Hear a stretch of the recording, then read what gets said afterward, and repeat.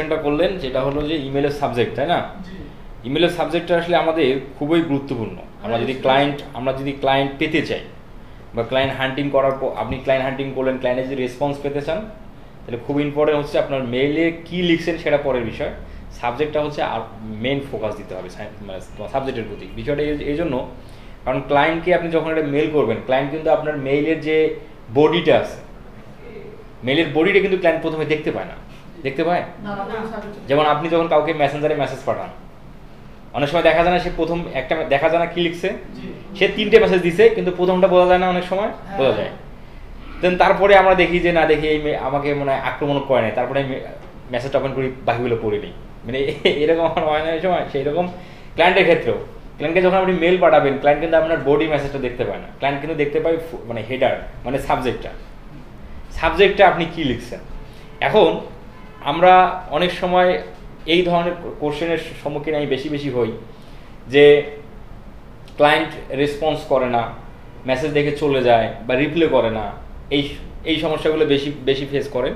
এটার আমি যে কৌশলটা আপনাদের আমি দিচ্ছি, সেটা কাজে লাগালে এই সমস্যাটার সমাধান হয়ে যাবে। বিষয়টা কীরকম দেখেন, যেহেতু আপনি ক্লায়েন্টকে একটা মেল করলে ক্লায়েন্ট সাবজেক্টটা আগে দেখতে পায়, সাবজেক্টের দিকে আমাদের বেশি ফোকাস দিতে হবে। এখন আপনারা ধরেন আপনি ইউটিউব ভিডিও এসইওর জন্য ক্লায়েন্ট হান্টিং করতেছেন, এখানে ধরেন যে 20 জন মানুষ, এখানে 20 জন, ধরেন 20 জন আছেন। এখন এই 20 জন মানুষ ইউটিউব এসইওর জন্য ক্লায়েন্ট হান্টিং করতেছেন। এখন বলেন তো, তাহলে আপনারা একটু আগে বলেন যে আপনি যখন ক্লায়েন্ট হান্টিংয়ের জন্য করবেন, যে সাবজেক্টটা রাখবেন, সেটা কি আপনি কি রাখবেন?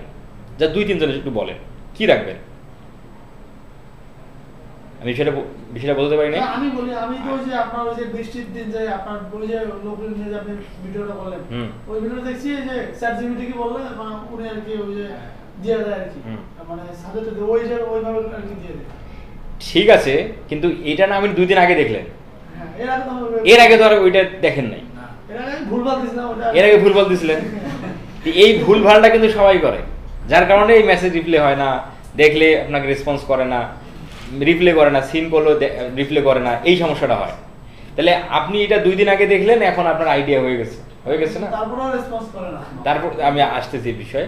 তাহলে আপনারা যারা 2-1 ভদ্রলোক আছেন, আপনারা তো এখন ক্লায়েন্ট হান্টিংই করেনি, আপনারা কি বলবেন, তাই না বিষয়টা?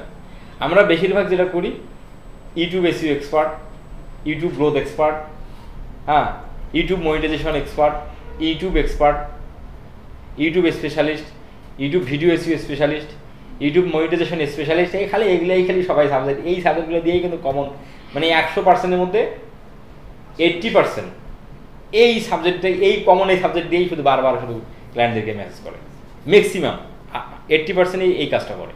এখন ক্লায়েন্ট দেখতেছে কি রে শালা, আর এইটা মেসেজ তো আমি 2 দিন আগেও দেখলাম, ইউটিউব এসইও এক্সপার্ট, আপনিও পাঠিয়েছেন ওই ইউটিউব চ্যানেল এক্সপার্ট, এই কমনগুলা আমাদের সাবজেক্টের মধ্যেই কোশ্চেন শুরু দিতে হবে, কল টু অ্যাকশন, সাবজেক্টের মধ্যেই কল টু অ্যাকশন, আপনাকে সাবজেক্ট বলবেন, পাশাপাশি কল টু অ্যাকশন জুড়ে দিতে হবে, ক্লায়েন্ট রিপ্লাই করতে তখন বাধ্য থাকবে। বুঝতে পারছেন? এখন আমি ওই কল টু অ্যাকশন রিলেটেড সাবজেক্টগুলো আমার লেখা আছে, আমি সেটা অ্যাক্সেস আপনাদের দিয়ে দেব। আমার কাছে এই মুহূর্তে থাকলে, হ্যাঁ, আমার কাছে এই মুহূর্তে যদি থাকতো, তাহলে আমি এখনই বের করে আপনাদের এক্সপ্লেন করতাম, তখন আপনারা নিজেরাই বলতেন যে এই সাবজেক্টগুলো দিলে কাজ হবে। আমরা সাবজেক্ট যেন ক্লায়েন্ট যেন আপনার সাবজেক্টটা পড়ে আপনার পরবর্তী যে মেলটা পড়বে, সেটা পড়ার পরও যেন ক্লায়েন্ট যেন চুপ না থাকে, অবশ্যই যেন সে কিছু লেখে, এইটা আপনাকে মেল পাঠান, রিপ্লাই করে না, আর বাবা আপনি তো কোশ্চেনই করেন না। এখন সেই রিপ্লাই করবে যে পিওর ক্লায়েন্ট, তার এই সার্ভিস দরকার, সে করবে, কিন্তু বাকিগুলো তো করে না। তার মানে কি বাকিগুলোর একটাও দরকার নাই? অবশ্যই সেখান থেকেও দরকার আছে, কিন্তু দরকার যে আছে, এর জন্য আপনাকে ওই সাবজেক্টের মধ্যে কল টু অ্যাকশনটা অ্যাড করে দিতে হবে। কল টু অ্যাকশন বলতে কি, কোনো কিছু তার কাছে জানতে চাওয়া, তাকে বলা প্লাস তার কাছে জানতে চাওয়া, তাহলেই সে আপনাকে বলবে। আমরা বাইরের ক্লায়েন্টগুলো সাধারণত আমাদের বাঙালিদের মতো তাদের বিহেভিয়ারগুলো না, তারা কোনো কিছু বললে অবশ্যই সেটা রিপ্লাই অন্তত দিয়ে দেয়, আপনাকে হেল্প করুক না করুক, অবশ্যই কিছু না কিছু সে আপনাকে ফিডব্যাক দেবে। এই জন্য কল টু অ্যাকশন বাটনটা আমাদের ছুটে দেয়া, ক্লায়েন্টকে ছুটে দেয়া। বললেন না উনি যে অ্যাপ্রিশিয়েট, ওটা প্রায় সময় যে নক দিলে ওটাই বলে যে মানে ওনার ভালো লাগছে বা প্রশংসা করলে এরকম প্রায় সময়। হ্যাঁ, যেমন আপনি বললেন যে ক্লায়েন্টরা মানুষের মেসেজ দিলে বলেন অ্যাপ্রিশিয়েট বলেই চলে যায়, থ্যাংক ইউ। পরবর্তীতে ও যদি এসএমএস বলে যে এটা আমি দেখতেছি, আমি করতেছি, আমি শিখতেছি, এরকম কিছু বলে, এইরকম পরে আর ওই জন্য কিছু বলা হয় না। ওটার পরে আমি কয়েকদিন পরে রেসপন্স করলে মানে ফলো করে পরে যদি মানে করি আর কি, তখন ওটা বলে আমি শিখতেছি, এটা করবো, এইরকম কিছু বলে না। এইরকম ক্লায়েন্ট সংখ্যা খুব কম পাবেন আপনি। হ্যাঁ, মানে এটা কম, এটার সংখ্যা খুব কম পাবেন। এইরকম সংখ্যা কেন হতে পারে কারা জানেন? যারা যে ব্লগিং করে সাধারণত। হ্যাঁ, এই এক তো ভাই আপনি ওইভাবে তো কোনো হট ক্লায়েন্ট হিসেবে ওকে সিলেক্ট করা যাবে না। তো আপনাকে পিওর বিজনেস চ্যানেলকে ফাইন্ড আউট করে আপনাকে আগাতে হবে, তাহলে আপনাকে রিপ্লাই করবে না আমি শিখতেছি দাঁড়া আমি তোমাকে 2 দিন পরে দেখা, এই কথাটা তাহলে আর সে বলবে না। একজন বিজনেসম্যান চ্যানেলের ক্লায়েন্ট সে এই কথা বলবে না। আর এই কথা তারা বলবে যে আমি ওগুলো শিখতেছি, আমি এটা নিয়ে ভাবতেছি, রিসার্চ করতেছি, তারা বলবে যারা ব্লগিং টাইপের। হ্যাঁ, এইগুলো তো বলা যাবে না ভাই, এগুলো তো হিউজ সময়, এটা ট্যালেন্টের হিউজ সময়, এগুলো অগ্নি কাজ ওরা নিজে নিজে অ্যানালাইসিস করলে পারবে। জিরো। এই যে আপনি এখন আপনি মেসেজ করছেন 2 দিন পর 3 দিন পর করতেছেন না, করবে, তার প্ল্যান থাকে না, এই আগামী মাসে আমি শুরু করবো, যারা আপনি আগামী মাসে শুরু করবো, এইরকম বিষয়।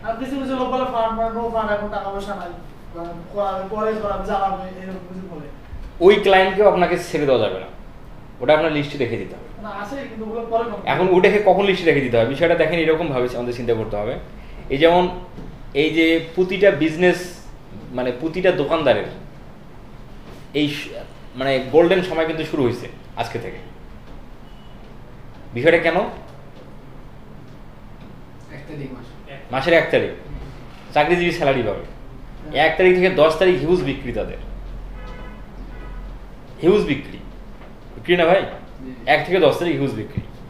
এই সময় চাকরিজীবীরা টাকা পায়, তাদের বাকি বকেয়া আছে তারা শোধ করে দেয়। আপনাকেও টার্গেটটা এইভাবে রাখতে হবে। আপনাকেও টার্গেট এইভাবে যে বলছে যে মানি নাই এই মুহূর্তে, এখানে তো বলছে নাকি মানি নাই, বলছে ওকে সমস্যা নেই, বলতেই পারে, বলতে সমস্যা মানুষ থাকতে পারে না, বা এই বিষয়ে তার কোনো এই মুহূর্তে ব্যালেন্স নাই, এই টপিকের উপর ব্যালেন্স নাই, এরকম হতে হয়। বাইরের ক্লায়েন্টগুলো সাধারণত প্রতিটা কাজে ওরা ভেবেছি দিয়ে কাজ করে, হ্যাঁ ফিক্সড করে রাখে, এই কাজে এত টাকা, এই কাজে এত টাকা, এর বেশি খরচ করবে না, ব্যয় হিসেবেই না ওরা, ঠিক আছে? তা এখন আপনাকে ওই টার্গেটটা রাখতে হবে, ওকে আপনাকে বাদ দেওয়া যাবে না, ওটা আপনাকে 1 মাস 1.5 মাস তখন নক দেবেন, মাসের শুরুর দিকে 3-4 তারিখ 5 তারিখ এর মধ্যে আপনাকে 6 তারিখের মধ্যে নক দিতে হবে, এর মধ্যে নক দিতে হবে। তাহলে আপনার রে শালা রে $200 তো নে কাজটা করবো, এই মুহূর্তে তার হাতে টাকা আছে, বুঝছেন বিষয়টা? এই বিষয়টা মাথায় রাখতে হবে। আর আরেকটা বিষয় আপনাকে খেয়াল রাখতে হবে, আপনি যে 1 থেকে 5 তারিখ বা 1 থেকে 7 তারিখ যে আপনি অফার করবেন, তাকে যে আবার ফলো আপে যাবেন তার সাথে, তাকে অবশ্যই আপনাকে কোনো কিছু ডিসকাউন্ট নিয়ে তার কাছে আপনাকে যেতে হবে।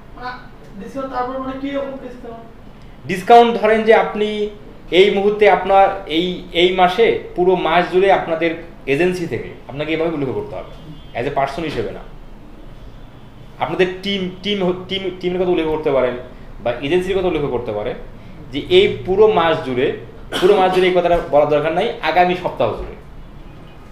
সপ্তাহ জুড়ে আমাদের টিম থেকে একটা অফার চলতেছে। অফারটা এরকম যে আমাদের আগে প্রতি ভিডিও চার্জ ছিল $10, এখন এই সপ্তাহ জুড়ে আমরা সেটাকে $7 রাখছি। কিরে শালা স্যালারি পাইলাম রে, $10 ভিডিও এখন $7 দিচ্ছে, 10টা ভিডিও করি নেই, ক্লায়েন্ট কিন্তু তোর আগ্রহ দেখাবে কিনা? আপনি যে রিয়েল লাইফে যারা বিজনেস করে তারা এই বিষয়গুলো অ্যানালাইসিস করে না ভাই, এটা তো কাস্টমারের বিষয়গুলো অ্যানালাইসিস করে তো তারা প্রোডাক্টগুলো বেশি সেল করে। এই বিষয়টা আমাদেরও ভাবতে হবে, কারণ আমরা যে সার্ভিসটা দিচ্ছি Facebook ad, Google ad, YouTube SEO, এগুলো তো আমাদের প্রোডাক্ট। মানে তাহলে আমাদের ওই যে মেসেজটার সাথে এজেন্সিটা যোগ করতে হবে। টিমের কথা বললেন বা এজেন্সির কথা বললেন, যে আমাদের এই সপ্তাহ জুড়ে, মাসের কথা বললে আবার সে হবে যে 1 মাস জুড়ে তো আছে, তাহলে আমাদের সপ্তাহ জুড়ে দিতে হবে বা 3 দিন, অনলি 3 দিন, অনলি 3 দিন। এই আমাদের টিম জুড়ে এই যে আমাদের আগে সার্চ ছিল এটা, এখন হচ্ছে এটা। তখন ক্লায়েন্ট দেখতেছে মাসের শুরুতে টাকাও থাকবে, তখন ওই সময় টাকা থাকবে, এটা মাসের শুরুতে টাকা থাকবে, আর অফার দিচ্ছেন, তখন কিন্তু সে আপনার কাজটা আপনাদের করাবে, এটা অনেক অংশে বেড়ে যাবে। কিন্তু ওই পাবলিকদেরকে ছেড়ে দেওয়া যাবে না, ওদেরকে রাখতে হবে, যেহেতু তারা রেগুলার ভিডিও দেয়, ওদের সাথে আপনাকে থাকতে হবে। বিষয়কে বুঝছেন না বোঝেননি? এভাবে দিলে কাজ হবে, আশা করা যাচ্ছে। আচ্ছা, তারপর আর কি বলেন আপনি? আরো কিছু বলেন। মানে সাবজেক্টের বিষয়টা তো মানে ওটা কি দিবেন আপনি? ভাই ওটা আমি দেবো, ওটা আমি দেবো, মানে পরে কাজে দিবেন, ওটা আমি দেখে আপনাদের টেলিগ্রামে দিয়ে দেবো। তাহলে ওটা দিলে তো আর একটু একটা সমস্যা সলভ হবে। হ্যাঁ, ওটা আমি টেলিগ্রামে দিয়ে দেবো। আর কি বলেন? আপনার কোনো সমস্যা হলে বলেন। আর আপনাকে আমি বলছি কত, এই কোর্স চলাকালীন অবস্থায় যেন $300, অর্ডার যদি $300 নাও পান, অন্তত $300 যেন আর্নিং হয়, এই এই এই চেষ্টায় আপনি থেকে আপনি মানে চলমান থাকেন। যেভাবে পরিশ্রম করে সম্ভব সম্ভব। আপনার টার্গেটটা দিয়ে দিই নাকি? আপনি তো 100 হয়ে গেছে অলরেডি, 110, 100 হয়েছে, $10 বাদ, ওটা তো মাইনাস। $100 হয়েছে না? তাই আপনার তো ধরেন যে আপনাকেও $300 দেই, 100 হয়েছে আর 300, 400 টার্গেট। আপনার 300, আপনার 300। আর ভাই আপনি কি ছাড়ি দিয়েছেন নাকি? তারপর আর অর্ডার পাইছেন আরো? এটা কি কি মানে প্রজেক্ট ভিত্তিতে না মান্থলি? সাপ্তাহিক পেমেন্ট। এটা কতদিন ধরে চলতেছে? আরে শালা, সিনেমা ডিরেক্টর। আচ্ছা, মানে কয় সপ্তাহ ধরে চলতেছে কাজ?